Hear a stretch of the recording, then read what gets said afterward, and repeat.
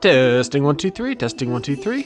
4, 5, 6. I've gone higher than you, Austin. I've counted more. Trying to read your handwriting, it's like, what do you think about the Trorbulus arc? How do you feel about Springleblop, my favorite character? Yeah, I'm really realizing that these aren't even, they're not even on the line that is on the paper, like built in, which feels like I should be at the very least hitting that correctly. And the kerning between these letters is truly despicable. You spend a lot of time talking about how people are really dumb at computers. They can't read basic instructions. They don't know how anything works. And then you fail at lined paper. So are you feeling a little foolish now? No, because I blame the New Jersey education system. I grew up in a time period where they could not decide if they were going to teach me typing or teach me cursive. And they really half-assed both of them. So I am mediocre at typing, and I'm bad at writing things. I would clown on you for your education system, but of course I am in Florida, where they taught us, that this country was founded by alligators and the Civil War was a disagreement over the hats or whatever. So I have no standing there. You're basically in the intellectual elite. Mm-hmm. It has, to be fair, no one said that alligators did not take part in the founding of the United States. There's no evidence that George Washington wasn't an alligator. Yes, I haven't looked at the fossil record close enough. I was saying before the podcast started that Florida sucks so bad. This is a public episode, so I guess we can do whatever we want here. Behind the paywall, we have certain levels of quality we have to adhere to because that's the premium content. But here, I'll talk about myself for a little bit. Woke up this morning, tried to start my car, and it did not work at all. The AAA guy says it's been 105 degrees Fahrenheit for the last couple of days here in Central Florida, and the fucking fluids inside my car battery evaporated. I didn't know that could happen. Yeah, I know. I've never had a car in Florida. I had one in Pennsylvania, but when I lived in Florida before, I just walked or took the bus places. Now I'm Googling around. It's like, oh no, every summer, if your battery isn't like new, it is basically at risk of just fucking boiling apart because humans weren't meant to live here. This is basically like a little bit of hell poking out through the Earth's crust. Yeah, let me tell you this much, Austin. So we're not allowed to have our AC on when we're recording because our microphones are going to pick it up, right?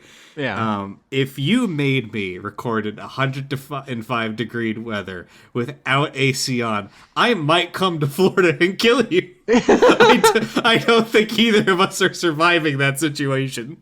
It's really not ideal. I mean, there have been summers recording this podcast where recording has been quite unpleasant. Now, usually I'll have a fan going in the distance far away from the mic that it doesn't pick up. But yeah, I mean, we podcast with some British folks from time to time, and when they're talking about oh yeah, it got up to their equivalent of 80 degrees Fahrenheit, and they're like, I'm dying, and I just had to not say anything, because no one likes to be that guy. Another fucking thing, my fenced-in porch today, there were two big, strange insects I hadn't seen before. Took a picture of them, dropped them in my Florida homies group chat, said, can anybody identify these haters? And apparently, if my insect friends are to believe, this is a family of eastern blood-sucking cone noses, which that felt like a slur. Yeah, we can all call them that anymore. But no, apparently the Florida variety does not carry the terrible disease that this species can transmit. So, silver lining. But yeah, they still do suck blood, and they're just everywhere. I fucking hate that. We gotta get rid of Florida. I've been posting the GIF of Bugs Bunny cutting it off in every chat I'm in. Fuck this place. My so the home I grew up in did not ever have AC installed in it. And my mom went through menopause basically immediately after I was born. And past that was on blood thinners for the rest of her life. So she was always cold. My computer was effectively in a hallway directly next to our oven. So every summer I would just die due to lack of airflow.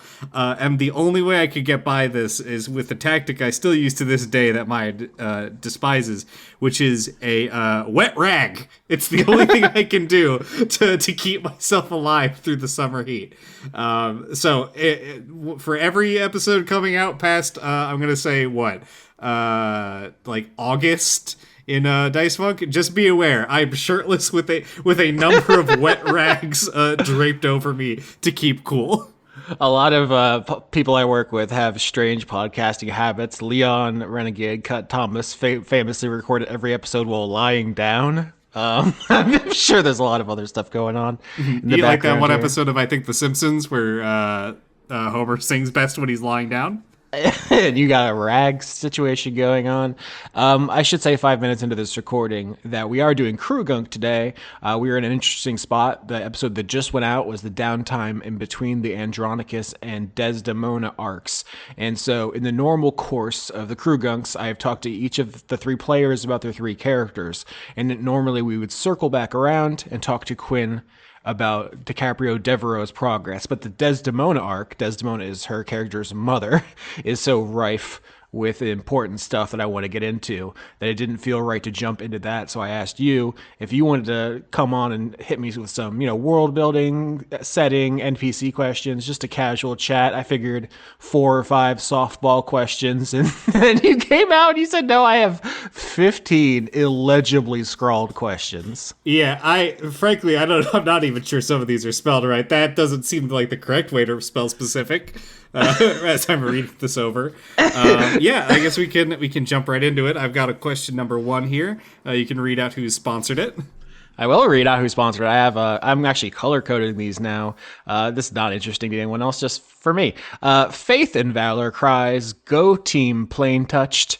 A burnt grill plate from a Korean BBQ, eardrum espresso, Sir Alistair Octopus, Simon Lee, Conduit of Chungus, Bearer of Dinkus, Minion of John Con, Mr. Pear, Copperhead Professional GM on StartPlaying.Games, Spaghetti-O Moment, Jewman Jack, and Sydney Marsing. Thank you so much. Your support makes the show possible, and also me able to drive a car, because I wouldn't have been able to this morning when the fucking planet evaporated my battery juices. Sorry, I'm still so upset that that's a possible thing in this physical realm. Yeah, I guess that juice is in the air now, which probably also doesn't seem great. But anyway, I'm going to come out swinging here with a very important question. Austin, would you hit on a sibling's ex? I think we talked about this a little bit. I don't remember if I cut this out because we said some incriminating stuff about our family on this podcast, and there's more family lore to come. But for the audience, I have a half brother and a half sister. My half brother is I don't want to talk too much shit out of school, but he did knock my tooth out, so whatever. Fuck him. There was like a long standing uncertainty in my family what his situation was, because he's in his 30s now, and to our knowledge he has never dated anyone, but I have heard rumors from like friend groups and stuff that he has been interested in people. So I don't know about that. I don't have any experience dating my brother's exes or whatever. I think that would be weird. I don't want to I don't want to cast aspersions. It's like someone in our listening right now is like, I dated my brother's ex, are you calling me weird? Like, no, I don't think I would do it, is my first instinct there. Now let me pitch you on it, though. Okay. Incredible. He took your tooth. You take his spouse. Oh, no. I mean, first of all, this is, of course, an alternate reality where Joa has been lost in a terrible ballooning accident where she's gone. Right. Of course. There's caveats here. Yeah. I mean, maybe for the novelty. I'm trying to remember if I said this on a recording. I've dated someone, and I hooked up with their sister. So, like, 2 sisters before, but they're not related to me. It's not my problem. You know what I'm saying? Okay, fair. Well, I don't know if that's how I put it, but fair enough. So I guess if I'm the Viola or Lady Falconbridge or whatever, like if I'm just getting in there and being a nasty little freak. I think I said I'm using the that anime picture for Viola, but I realized I think someone in the Discord said the Hex Maniac from Pokemon is even better. That this is just 100% my type, and also how I would be in this situation, just being a nasty little goblin. Okay, so moving on to question number two after we get that hard hitting one out of the way. Is there a reason you settled on the specific NPC set that we have ended up with? I believe you've at this point said that pretty much all of the named NPCs have been introduced. And I guess going on to a third question, which is related to this directly, almost it feels like almost every single NPC that's been named, for the most part, is either a direct family member or has, because of DiCaprio, a pre-existing relationship to the characters. Was this intentional, or is that just sort of how it developed over time? So every DM's process is different, but mine usually is if I'm doing like the space season, or I'm like, okay, we're going to do a mission on this planet, we're going to do a mission on this satellite, and then a mission, in this situation, and then the setting dictates like the NPCs who will be there. I might not even have too many details. Like I'll have a naming theme, so I'll be like, we need a Picasso and a Rembrandt here or whatever. And that's like the extent of my character building. Season 12 has been pretty unique because I wanted so many things already set up. I wanted you all on the same page. I wanted you to be siblings. I wanted you to have different mothers. And by the time we had all that set up, there was just actually pretty relatively little room to add more to it, So I was like, okay, imagine sitting down, you're writing 3 siblings, 3 mothers, 1 dad. That's 7 named characters already. That's a lot. I'm asking the audience to remember all those names, all the dragon types, all their hordes, all their layers. Like, fuck, that's so much information. And so, yeah, I was like, what I wanted to do basically was have 7 of those family members and then 7 non-family members. So I believe there's like 14 named characters kind of to balance it out. But yeah, there could be so many more. And I deliberately limited it just because it's too much to keep in people's heads. I think the episode I just edited, it was after Laura went on a date with Lady Falconbridge and then no one could remember her name. Well, completely fair. Who can blame us for that one? But I will say, this season is unique in the amount of stuff I asked everyone to know ahead of time. Before, it's like someone shows up and they're like, I have a fighter named Dave. And I'm like, okay, Dave, let's go on an adventure. It's fine. You can roll history if you want to know shit. But this one has been very different. But yeah, it's just like right up front. If I could have given you all the same moms and same mom and same dad, that would have simplified and I would have had fewer ones, but I think it's paid off. Do you like this? I mean, this would be funny. Like, no, I hate it, Austin. I shouldn't ask questions I don't want the answer to. But you know what I'm saying? Don't you think it's benefited us? Yeah, I am enjoying it. It is making it seem like we're so well. I guess to the effect it is the case where we are the royals of this this environment and causing constant problems wherever we go. Which is literally just expressly what is happening. Now that I've said it out loud, and I'm thinking about it.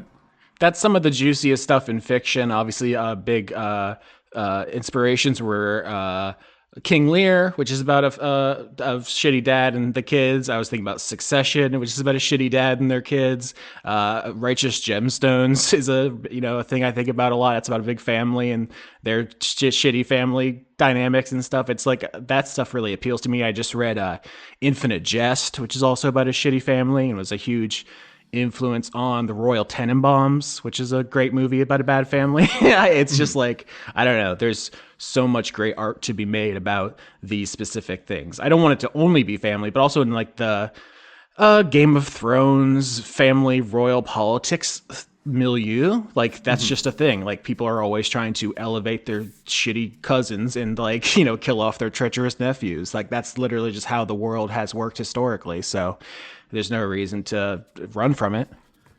Yeah. Okay. I got another question here. If you want to read off some more names. I would love to. This is so smooth and seamless. Poston Korksky, the Psychic Woofer. That's fun. Miles and Danny love Dice Funk Forever. Extellaris, Concept, The Dawn of Dungeons. Lime, Polite Crow Short Message, See a Little. Christman renaming the Bussy Bandits to the Gat Gang. Squishy Fishy and Marine Science Guy. Thank you for supporting the show. These are all $10 on patreon.com/Austin Yorsky. If you're new to this whole thing, thank you very much. So thus far in the episodes that have been released, I believe at least 1 or 2 items that were direct callbacks to previous seasons. horde items that were previously owned by other player characters, NPCs, etc., have showed up. What was your? How were you deciding what was going to come back? Is there some things that you wanted to come back that you couldn't necessarily find a good spot to fit in? And have there been any that we have missed that you went, oh, it would have been fun to if they passed, the perception check for this or something to that effect, but it just didn't come to pass? So I try to make each season self-contained, so you could jump in at any point. So I really don't like bringing back characters. I think people feel really left out when a character returns, and everyone's like, "Oh, it's my favorite, Chungus," or what's the Star Wars meme, Glup Shido. It's my favorite Glup Shido, and everyone else is like, "I don't know what's going on." But items feels much more fair to me because you can just find a sword on the ground, and it doesn't really feel like you're missing anything if you don't know that was Glup Shido's sword from season 2 or whatever. But my process was I have a paper notebook this season, which is unusual. Usually I just keep all the stuff in my brain or have a small Word document on my computer. But like I have a page for each dragon, and I was like, okay, Falcon Bridge especially has celebrity memorabilia, and a lot of characters from previous seasons would be celebrities in universe because of what they did. So I was just trying to write down as much as I could there. But like for Orlando's page, it doesn't make sense for any animals to be there, so I don't worry about that. I go dragon by dragon and just like, okay, cursed items. What cursed items have been in previous seasons? I'll write all those down. That's like the process, is just trying to remember them all. I think well, you asked about has there been any missed? It's always there's always time. there's still always time to go back. I am fully expecting to go to every layer at least twice, which means that nothing is lost so far. I mean, by the end of the season, I think maybe that'll be like, oh, I think it would have been cool if you had found X or Y. But at where we are in recording, that hasn't really stuck up so far. There's still dozens of items that we're going to talk about. In fact, one of my main concerns is you having too many at this point, which is where the Cymbalines come into play. Speak for yourself. I'm not doing so well on those perception checks to keep my shit in my pockets. All right. So you have introduced genies as an aspect of the season, specifically Gertrude. Up to this point, I believe, as we've discussed, they're sort of like the pinnacle of elemental beings in D&D to a certain extent, like below primordial stuff that hasn't really come up as being relevant. Did you? I'm assuming you picked them because they are like a comparable power to dragons to an extent. I mean, they can cast Wish, the most powerful spell in D&D. Did you go for them because we'd already done storm giants the season before, and then a regular giant in ninth season 9? Was there any other potential group you were considering before settling on genies? What was the process there? You're very intuitive because, yeah, I think the classic rival of the dragon is the giant. Going to like Norse mythology or whatever, the Jotun and like Fafnir and so forth, that would be like the only thing that's a regular threat to a dragon, unless you just make up some super magic special guy. So I probably would have leaned harder into giants if we hadn't already covered giants so extensively in previous seasons. White the Storm Giant was like the final boss of half of last season, which is why, by the way, I opened up the literal cold open of this season with you all trouncing 50 unnamed storm giants. I thought that was a funny contrast and escalation where it's like, it took us 30 episodes to prepare to fight one of these guys, and now they're bonking them together, yeah. Cartoons or whatever. I thought that was a funny joke, but that's it, like all the giant stuff I basically have prepared. I think we mentioned in the one downtime or whatever, where it's like Orlando is hunting them for fun, or like serving live giants at a dragon function, and people were like, oh, I prefer an ice giant. But like, yeah, I feel like that had been thoroughly explored. Nothing else to say there. What else is a threat to dragons? Other dragons, of course, but the only other thing that really came to mind was the reality warping powers of the Jinn. We have touched on Jinn before. They were a threat in season 7. There was a group. We mostly talked about Genasi, but there was like a group of 4 mini bosses who were the 4 main types of genie. But they didn't have like personalities really. That was just like those are just like little gimmick fights. So I thought we do have a couple more this time, and the response to Gertrude, I think, has spun that up into a whole thing.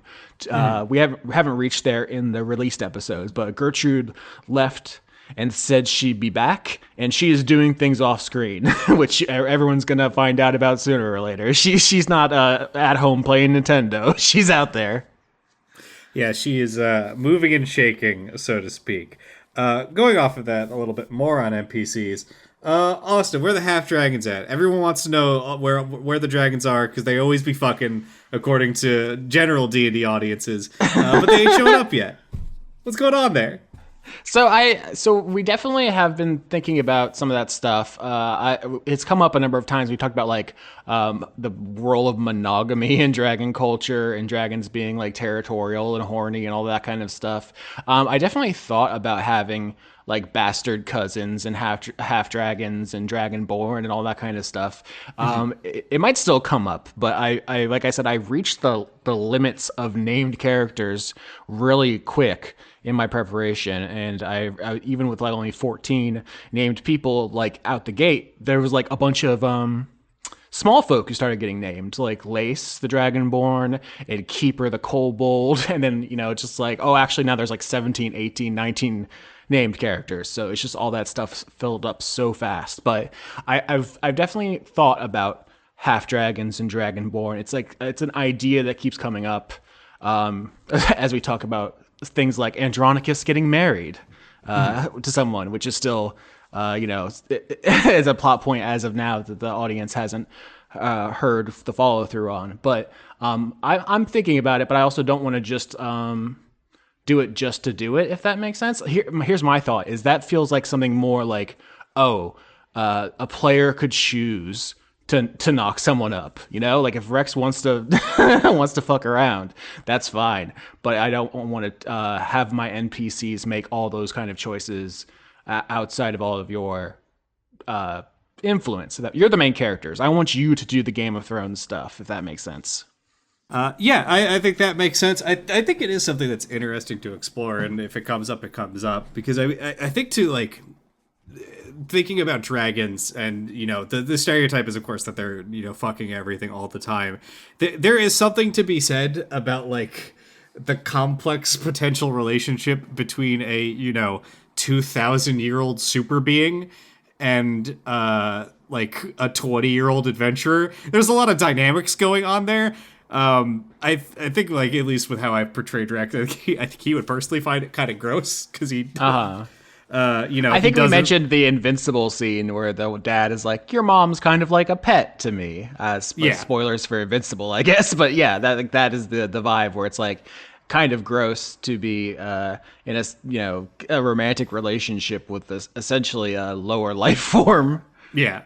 I didn't want to just outright say bestiality, but I guess that is probably a viewpoint. That is potentially a very real thing a dragon would believe about laying with another species. But yeah, hasn't come up yet. Could be. We'll see.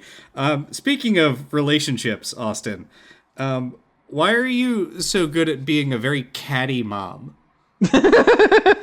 Am I? I'm not allowed to say such things about my own performance. I think we've talked a little bit about mother issues before on this podcast, in season 7 especially, where a mom was a major character who had a lot of very emotional scenes. And I think I said at the time, I am just making big guesses because I am not a mom and I don't have a mom. I mean, biologically I had one at some point. I didn't grow up with a mother, so I am just kind of this is as fictional to me as a dragon. I'm glad it's working for people, but my role playing stuff is just to ask, what does a character want and what would they do to get it? And so for like the mom characters, Rosaline wants to have a secure relationship with the most powerful dragon around, so she supports all his decisions. She believes in the Gladys Accords and the inferiority of small folk because it benefits her to do so. Sycorax is essentially addicted to emotions. She wants more emotions. She'll do whatever to get it. She has like a drug-seeking behavior type attitude to that, so I'm just following through there. And Desdemona wants dash bitch. She has the highest standards. She wants perfection, and so she is kind of. I don't want it to be a 1-to-1 allegory, because I want to live in the fiction. I want the world to like be its own world. But it definitely feels like, I've known people whose mothers just like constantly make weird, mean, catty comments about their body. Or it's like, oh, you're eating that? Like, oh, interesting. It's like, what the fuck is your problem? Like, it's always like plausible deniability hater shit. So you're gonna get a lot more Desdemona in this arc, obviously. But I think that's a thing where I try not to make them cartoonishly like dickheaded. But yeah, what is Desdemona's fucking problem is in her mind is that she thinks DiCaprio is a whiner and like an ungrateful loser, and she wants her to be better and thinks she can get that by bullying her. See, here's the funny thing. You say doesn't want to be cartoonishly evil. The family lore I have is that my grandfather tried to throw my dad into a running fireplace. So there's scales of things out there in the world, I guess. I think you tell that story at the beginning of the episode that comes out next, briefly. Yeah, we get into some fucking lore there. I'm trying to remember if I told this story, but my family, because Elizabeth Warren, American politician, who apparently grew up, her whole family kept telling her that they were Native American, and she just believed that and said it until someone eventually checked, and she got very embarrassed. That's like a classic family lore thing, is you just believe whatever people tell you, and you don't check because you're a kid. Why would you not believe them? I was thinking about this season. It's something my mother's side of the family always said, is they came over on the Mayflower, right? Like the first white settlers on the continent of North America, I guess, besides the Vikings or whatever. So I guess I just believe that uncritically, that my family has been here since the beginning. But I did a little Googling like 2 weeks ago just to check, because I didn't want to say that on the show and get embarrassed. And as far as I can tell, the first Greeley, which is my mother's family, arrived in 1632. 12 years after the Mayflower. So there were 12 years where there were white people walking around on this on this continent, and they were not related to me, as far as I can tell. Have you considered that maybe they were staying on the boat? They just didn't get off for that period. They were they were agoraphobic. My one consideration is maybe that the Greeleys who arrived 12 years later married someone from the Mayflower, and they counted that. I guess that's possible. No, there's not perfect records for these times. Also, I'm getting off on a tangent, just thinking about family lore, So that's there's a lot of stuff there. I'm sure, Laura has talked a lot about having 50 cousins, and Quinn's, whole thing with her. Like, we're always getting into this, and that fuels obviously a lot of the role playing. But also, we got to use your imagination sometimes. My dad isn't a dragon. He's never melted anybody with acid, as far as I know. Yeah, Austin, if you want a piece of mom portrayal advice, here's mine. The moment you interact with one of these mother characters after not speaking to them for a little bit, they should just immediately info dump the physical condition of family members you haven't seen or talked about in over 10 years. Yeah, next time you see Rosalind, she's like, oh, did you hear about cousin Jerry? He ate a boulder and died. But I always have to try to moderate my desire to give useless information with the fact that it might either clog up your brains, or like you'll think it's important and try to remember and reference it later. And like, I was just being silly. That's like half of the world building on our shows. Like, what if there was an ice cream machine on the spaceship? Oh, fuck. Now that's what this is about. Oops, I've made a mistake. Speaking of NPCs, what is your favorite NPC so far this season? Why is it Ulysses? Oh man, the audience has only got one taste of Ulysses, but yeah, he's an all-star coming up. He's great. I think I always like playing these kind of chaos gremlins. That's usually how I go for my player characters as well. It's a very I think fun contrast to, especially when so many characters are like trying to be serious and accomplish things, to have someone just walk through and just knock over every vase with their butt. So Ulysses is a ton of fun. But I think also I have really enjoyed playing Orlando. Part of that is because of the responses I get from the three of you, which has been very generous with the like respect you show towards him, which really helps the role playing. I think when in D&D usually there's a sense of like we are going to bully every shopkeeper. We're going to slap the shit out of anyone's hands if we see them carrying it. They're just being a dick. But the way you all extremely lock in when Orlando's on screen, I think that first scene where he said, "Oh, shh, shh, shh, the unicorns are drinking from the pond," and then you all three went dead silent for like 5 whole seconds. I really was like full big smile mode there because it was like felt like, oh, you're all taking this very seriously, and that really helps.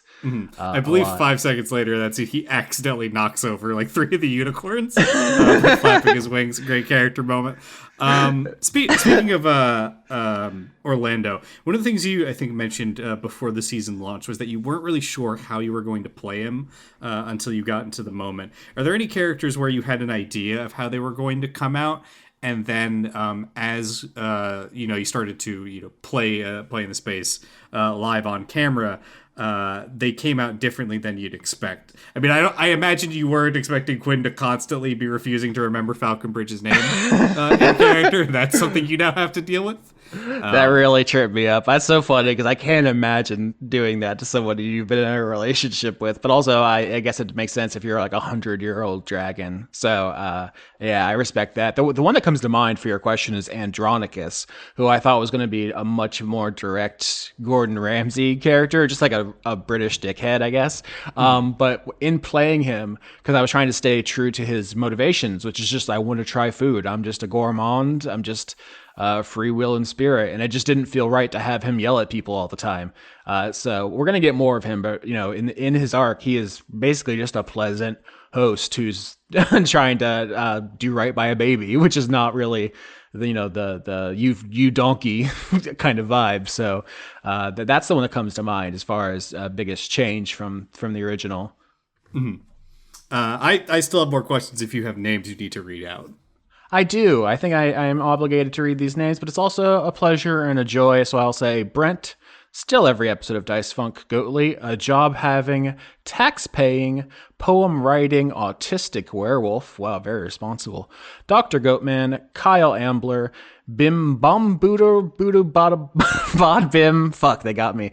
Sickly Seraph. Julius funneling money to Florida. That's very necessary right now. The Space Fighters say to execute the bonus season experiment. Thank you for the permission for that. Dreste Turing, and this just looks like someone just put a bunch of random characters in by smashing on the keyboard. Thank you very much. Yep. So the Cymbeling siblings are fairy dragons, something that is expressly not a quote-unquote true dragon.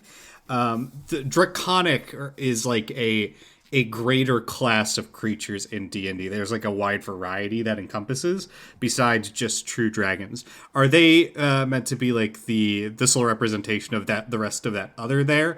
Were there, besides fairy dragons, something else you maybe were or still are considering introducing? I'm thinking, lindworms, lungs, wyverns, drakes, etc. But decided, as you said, because of just the amount of named NPCs already, to settle on specifically the fairy dragons as the mechanic. I definitely thought about like trying to get a little representation for all the different things. I was like, I want a Drem dragon, I want a chromatic dragon, I want a metallic dragon, a celestial, a fiend, one of all the kinds of dragons, basically. Fairy dragons are also just really fun. I don't think we've done them justice on the show before, which feels like an oversight. And like you said, there are other ones. We had a Drake in season 9. So and not that there won't be ever one again. I just that's like I thought I was like we hit that, but I don't think we've hit a pseudo dragon, which is a different thing.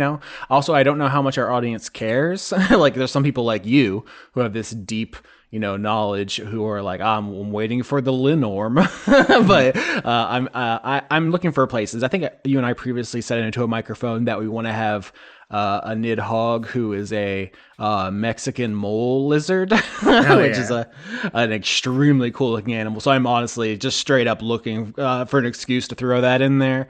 A wyvern is also a thing. There's a prominent wyvern in season two, I want to say, but it's been almost literally a decade. I could throw a wyvern in there, but yeah, I think those are going to come up. But it's also like I sat down, wrote 14 dragons and their small folk, and I was surprised by much how many different kinds of small folk made sense to me to have there. Where it's like, Quinn told me that Desdemona had elves because they're like this beauty standard of elves. So, okay, that makes sense. Rosaline is like was the kind of dragon who wants worshippers. Okay, kobolds worship dragons. So I'm mapping it out one after another and after another. It's like I have 12 more species that could have been small folk I didn't use. So that's another thing where it's like if this season went for 200 episodes, absolutely, we'd have drakes falling out of our ass. But assuming this is a normal length, 40 to 50 episodes, we're going to leave some dragons on the table. But I will say I am actively looking for how to throw some cool little lizards in there. I can already tell you that I think I know how I would shove in a Mexican mole lizard at this point. Okay. I will message you after this, so you will not feel that you cannot use it because it was said on air. Okay. Well, you've just sent me a message that says spring break, and it shows a Mexican mole lizard on a Tijuana beach with a big hat on. That's cool. Yeah, it's our beach episode. For when the party needs a break. 1 second, let me go back to my notes here. You're like, okay, Justin. That's what my notes say.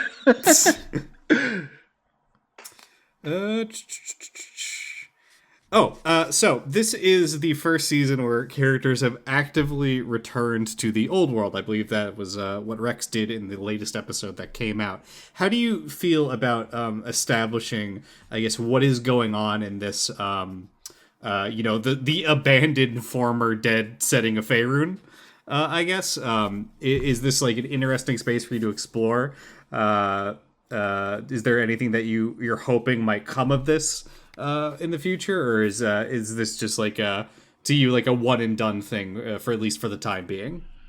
Pretty much every fantasy setting has like the old world, the ruins, the lost age. Lord of the Rings famously has like 4 ages and stuff. So this is actually, I think, a pretty well-worn territory. But although I often feel like when people seem like they have a hard time getting their brain around it, but I think it's a pretty well-established stuff that it's just the ruins that your characters stumble upon is previous seasons. So I will say that I want it to be an option to do, but it does feel like it makes way more sense for a dragon who can fly and is like invulnerable to small cannibals.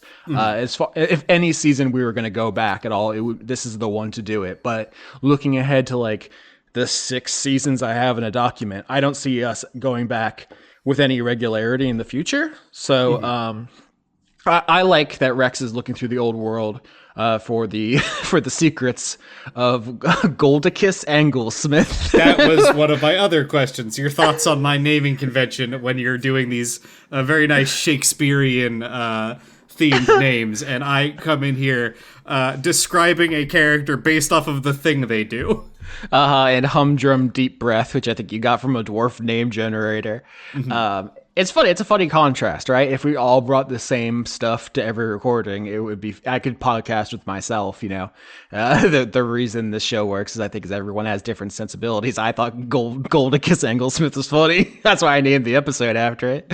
It worked for me. But as far as the going to the old world stuff goes on, I think it makes a lot of sense, and I think it's going to be a kind of small but relevant part of the season, especially because dragons are so long lived. I think we've established your dad and maybe Andronicus were alive back then and have experience there. So I think it'll come up and be talked about and used. But going forward, I don't know how much more effect it'll have on the show. Maybe we'll just occasionally someone will like, yes, I have this magic item from the old world. It's of television, something like that. But that's as far as it's also straight up. It's just Dying Earth. It's Book of the New Sun. It's Vance. Was it Jack Vance? It's all stuff. I'm not I'm not the first person to do this stuff. Related to something you said, how there is a certain like ease for a level 20 dragon to be able to go down there and cross through and get through it without really any concern for their safety. How does it feel to be running this season, which to a certain extent almost like shrinks the size of the world a little bit.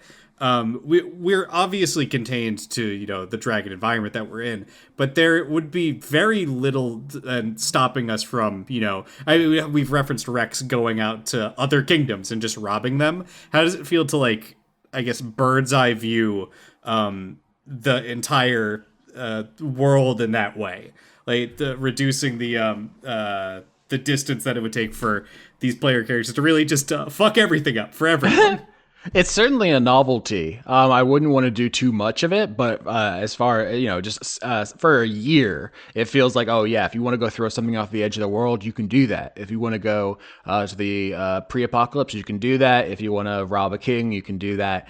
It's also kind of with the structure of the series, you're often limited to your level 1 sheets for more than half the time, which is also another thing where it's like, by the end of the season, how often would have you been at a level 20 character, right? 10 episodes, 12 up. I don't have I don't know how long the season is going to go, but it's actually a surprisingly short time. So for those tastes of power, I think that's perfectly fine. It isn't too big of a lift, and it lets you do some exciting things. It's one thing if I said, oh, I want a Game of Thrones style story, but you're all level 1 peasants. You're all like dirty serfs with pitchforks. It's hard to do maneuvers, but if you're a level 20 dragon, yeah, you can, take over a church. You can just do a natural disaster, drop a mountain on someone. So I want you all to have those tools to make big story changes, to take big swings, like get involved in, whatever Gertrude's up to, or to revive some ancient metallurgy with Goldicus Anglesmith. But then, yeah, the actual majority of the time, you are at a big party talking to delegates. You are doing a cooking contest. You are looking for a carbuncle. So I think the balance is important. If it was only level 20, well, I just wouldn't do that, honestly. I think that's too much for the show.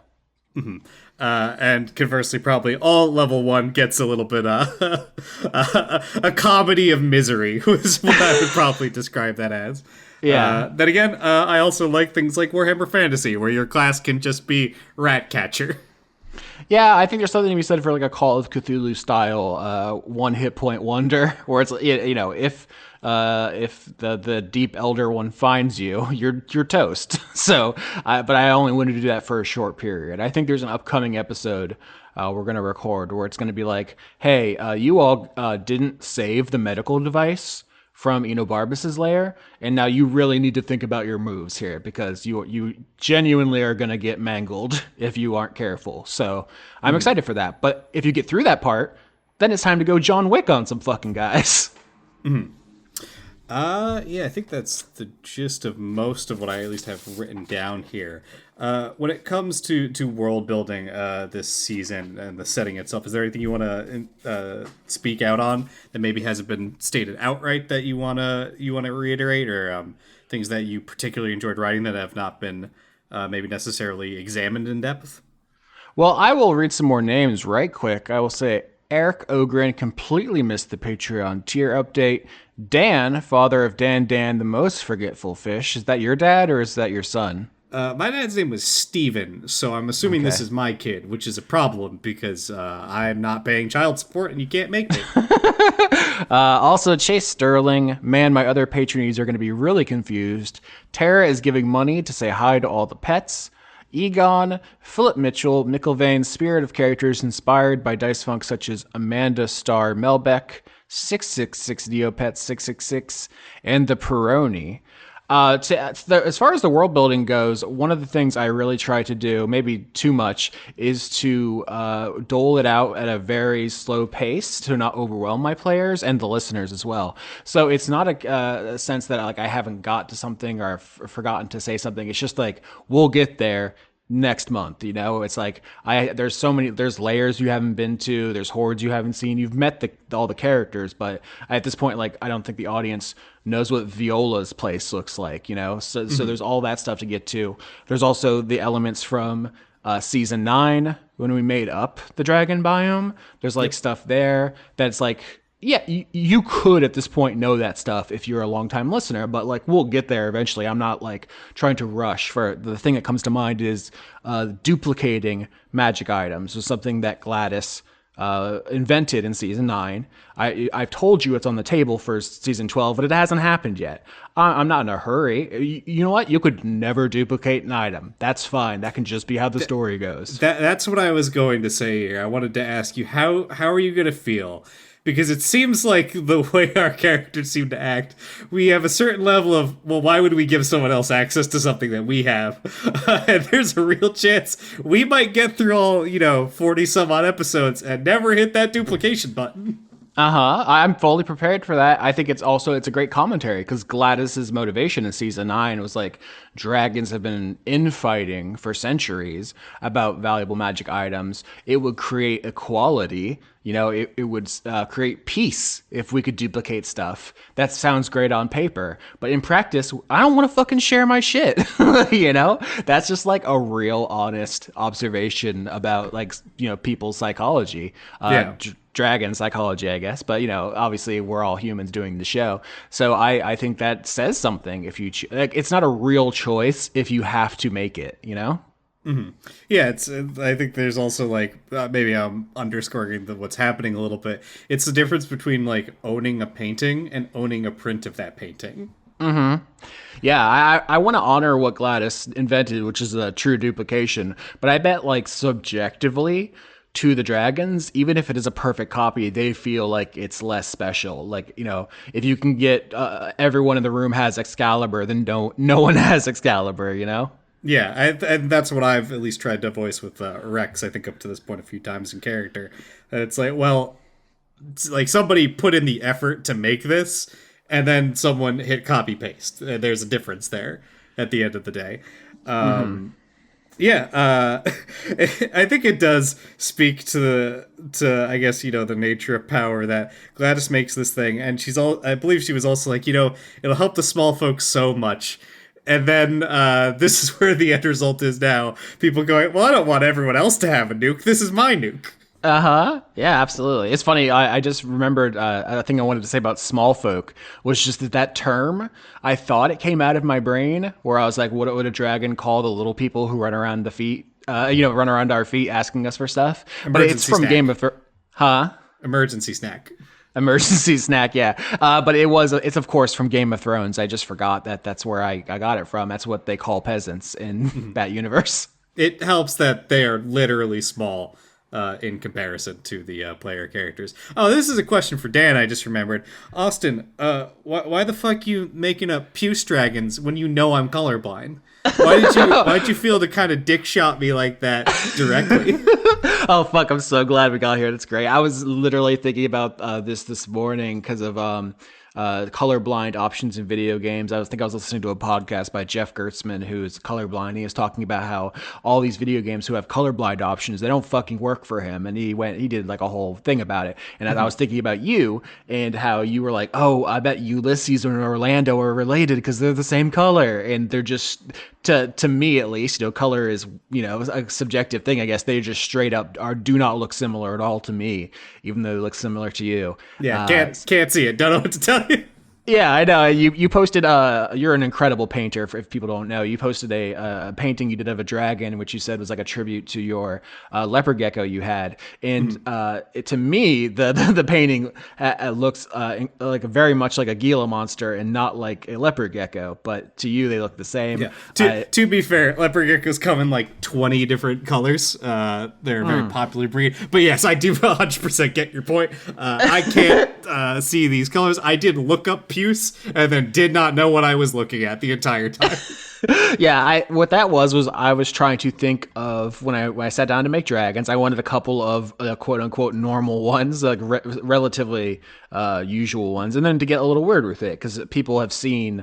This is why I didn't have dragons in previous seasons very much. It's just because they're the most popular thing. They've been in the game since the beginning. The game's named after them. There's just not that much to do there. So if I wanted to get to put that Yorsky touch on the ball, I wanted to get a little special. So I could have just called it a pink dragon, which in season 5 there was a pink dragon, but puce is it's funnier to say. It's more unusual. Puce is a kind of a pinkish color. It's like a brownish pink, but I have no idea how it looks to you. Fully gray. That's That's so fucked up. Oh man, yeah, I can't even imagine that. The podcast I was listening to, Jeff Gersman said he lost I think it was an orange golf club in the grass. He was like, it looks the same to me, Mhm. which is outrageous to a non-colorblind person. Those colors don't look anything alike. But yeah, it's just you're experiencing the world in a very different way. Yeah, and I am being punished for it at every turn.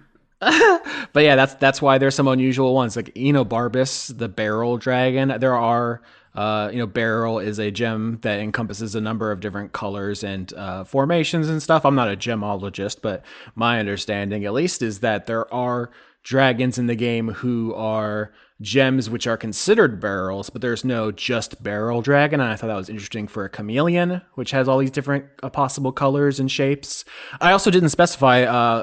There's different kinds of chameleons, right? I had a chameleon in season 4, I think. There was a lizard folk, and I wanted to specify, I should have said this on air, but I think the Enobarbus is a rhinoceros chameleon, because it Mhm. specifically has like a horn that I think is very draconic, but I forgot to say that. Just, you talking to the microphone 2 hours a week, you fuck Mhm. up sometimes. My father's personal favorite chameleon, he wanted one for years, was a Jackson chameleon.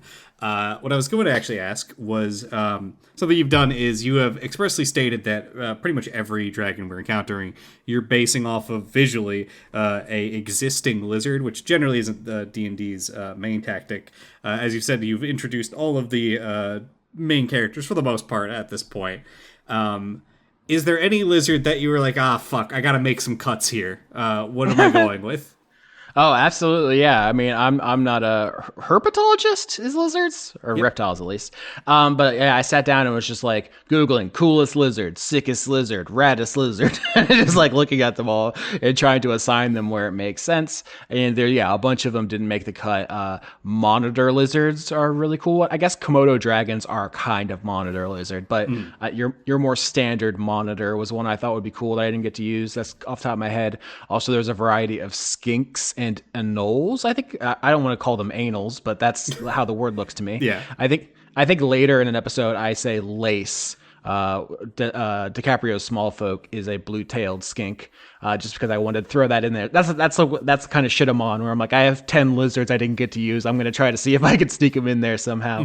Mhm. But yeah, it's really, if you're, for me, when I'm listening to a podcast, like I listen to a couple different tabletop ones, and sometimes characters can blur together, names can blur together, stuff like that. And I just find it helpful when you have like a mental hook to latch onto. And I just thought that would be the thing that would help the dragon stick out in your mind. Just like, oh yeah, Desdemona's a fancy pants high society person with like a frilly collar. Oh, there's Mhm. a lizard that has a frilly collar, the Australian frilled lizard. So maybe that'll help you remember what she looks like. I can't say if it's working. Is it working for you, Dan? Don't Well, if I it's also have not, don't pictures I answer. can look at the same time. Every time. So yeah, that's doing it. But I'm also a weirdo who is obsessed over lizards for most of his life. So there's a little bit of pre-built-in knowledge there, I guess. I'm narrowcasting to you. Also, fuck. This is before we get past it. The colorblind thing. The actual train of thought I had literally earlier today, which is that you're obsessed with pumpkins. But it occurs to me you probably don't see pumpkins the way the rest of us do. What do they look like to you? Because they are so brightly, distinctly orange. This is the comment I constantly get. I can't tell you what I don't see. Sure. I see an orange. I don't know if it's the orange that you see. Is basically what the only thing I can say about it. Do they look unlike anything else? Because to me, they are profoundly distinct. There is no confusing a pumpkin with anything else. Is to you, are they just slightly bigger than other gourds? I mean, no, not really. There's also like tons of different colors pumpkins can come in. At the end of the day, I think I can see orange again. Okay. Maybe I'm confusing it with some reds. I think I've probably made that mistake on some of my earlier paintings. But yeah, it's not exactly the easiest. There are also a ton of different kinds of color blindness, which I'm sure Yeah. you and most of our listeners know. Just throwing this in here real quick, a couple more names. Steffi K. I up my donation so Austin can have a family and you should too. Dustin Darkwater. A gambling pig has no regrets except most of his 20s. Nephis Decidia, the queer sheep. Job Poor, jobless, living in a van, but finally free of state service. Aaron Norgard, Graffiti, Sukagi's husband, Bones, and Conduit of Snacks. I have just one more tranche to end the episode here. Yeah, let's talk about pumpkins some more. You love them. Yeah, well, I can actually say this. I own a pumpkin dragon miniature, and do you know how badly I'm watching this season like a hawk, seeing if the character is going to die at any point Oh, to free up a body. To decide if do I really want to commit to this? I will say a few times you have since you've referenced items coming back, I have to make some really quick decisions and rewrites potentially based on what you do as a result of this season. I think in the first episode actually you referenced like a pumpkin king, which I think was probably based off of something I wrote in like a priming document that we had in the background for season 13. I am having to a certain extent keep in mind everything that is happening here for like parts of how I want to approach season 13, which is really coming up on us quicker than I expected as we race through these months. We're probably going to really get into actual pre-production close to like the next month or so, if I had to take a guess. yeah, I believe so. I think we've recorded 21 episodes, and the season's usually 40-ish. So we're nearly halfway, or around halfway. We also, postmortems, and then other one shots in the middle, perhaps.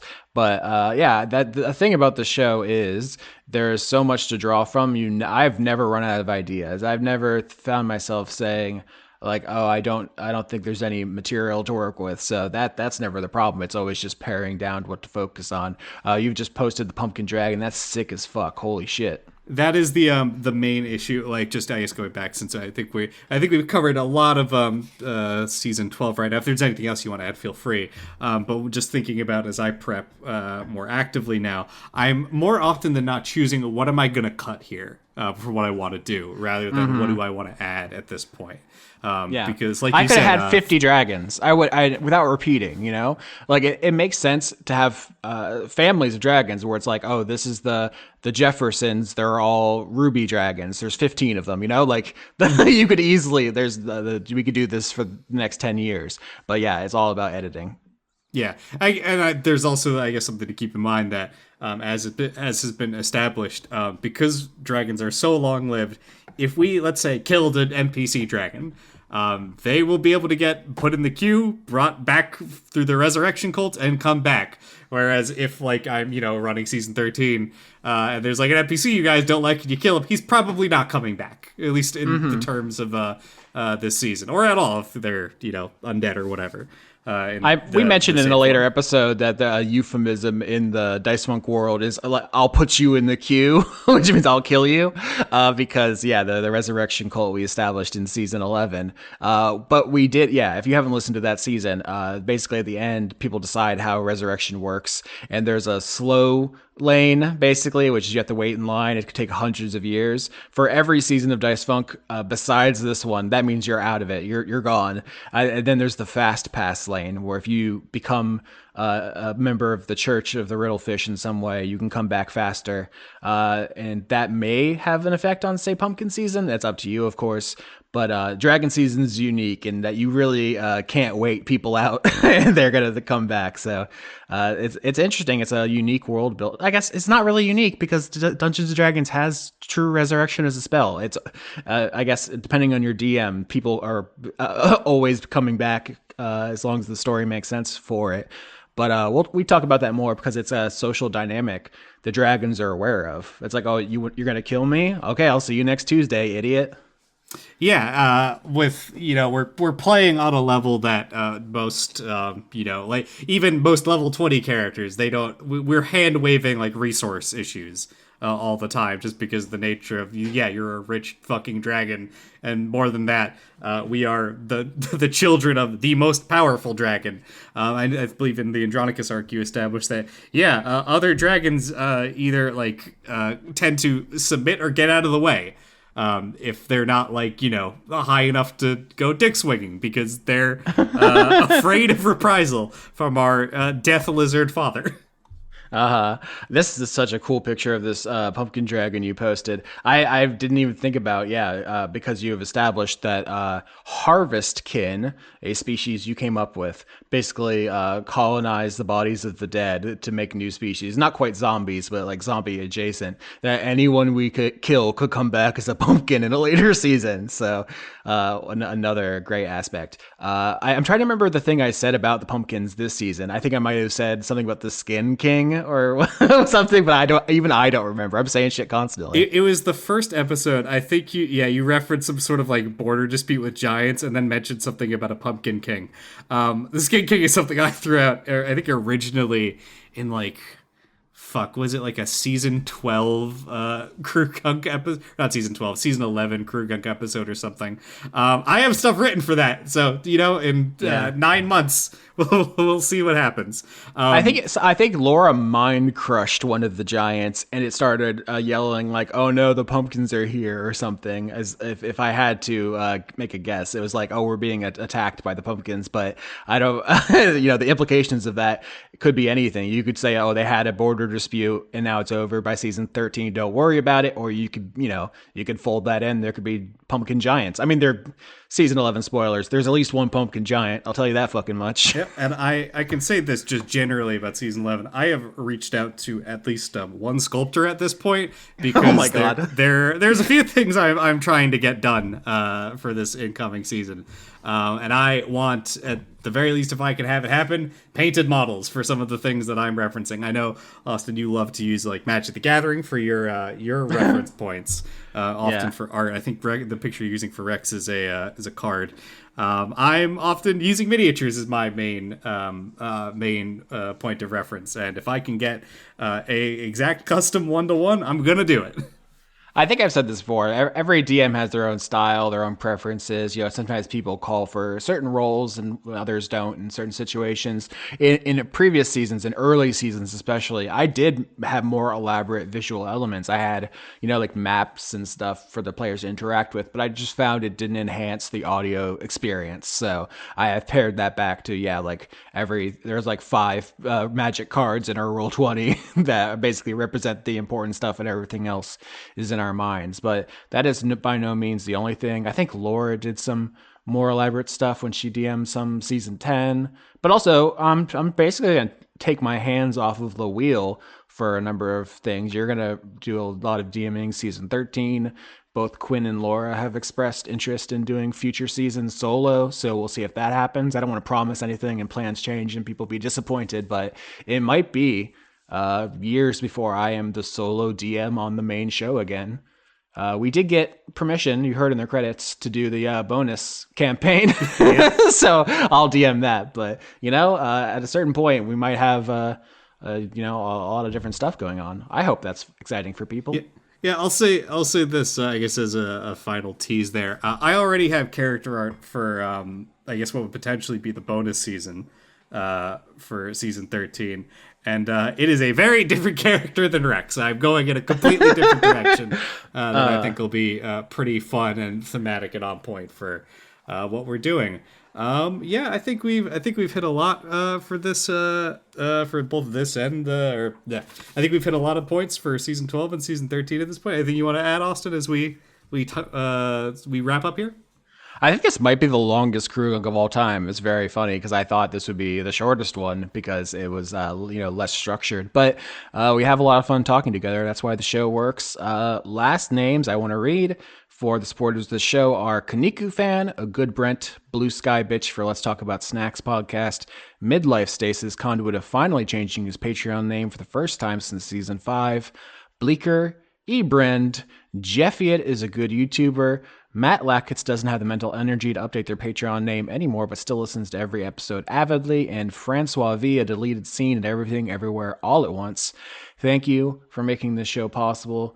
$10 can get you on that list. I will read your name and the show will continue. Patreon.com/Austin Yorsky is how you access that, and Spewpunk, our bonus show. I think that's all the plugs. Dan, you're not in the internet. You're in the nether realm. You're in the parallel universe of New Jersey. Yeah. Where currency is raw meat. Mm-hmm.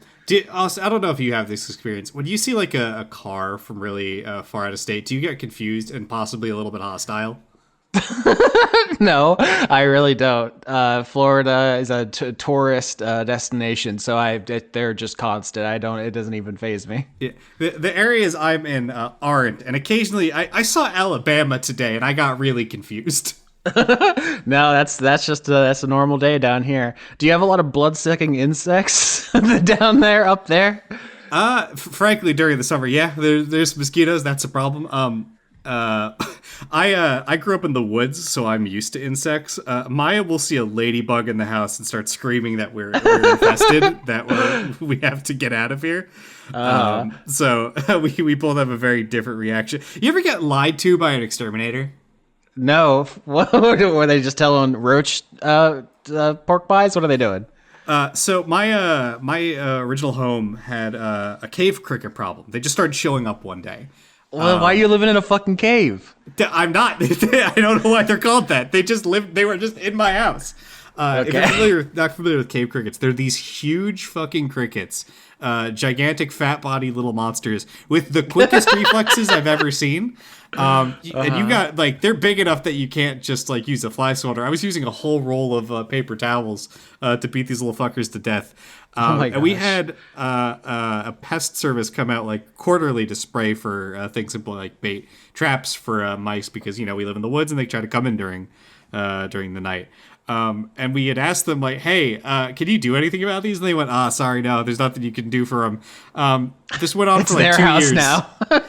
Yeah, this went on for like 2 years of me just having to deal with it and kill them. And then eventually, like another like ABARB guy came out and we talked to him like, "Oh yeah, are you sure there's nothing we can do about these?" He was like, "Who told you that? We can very easily get rid of these."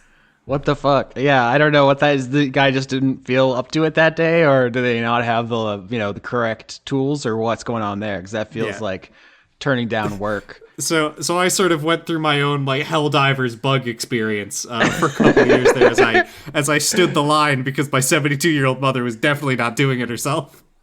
Nobody wants to work anymore. It's just people just letting cave crickets run the whole country.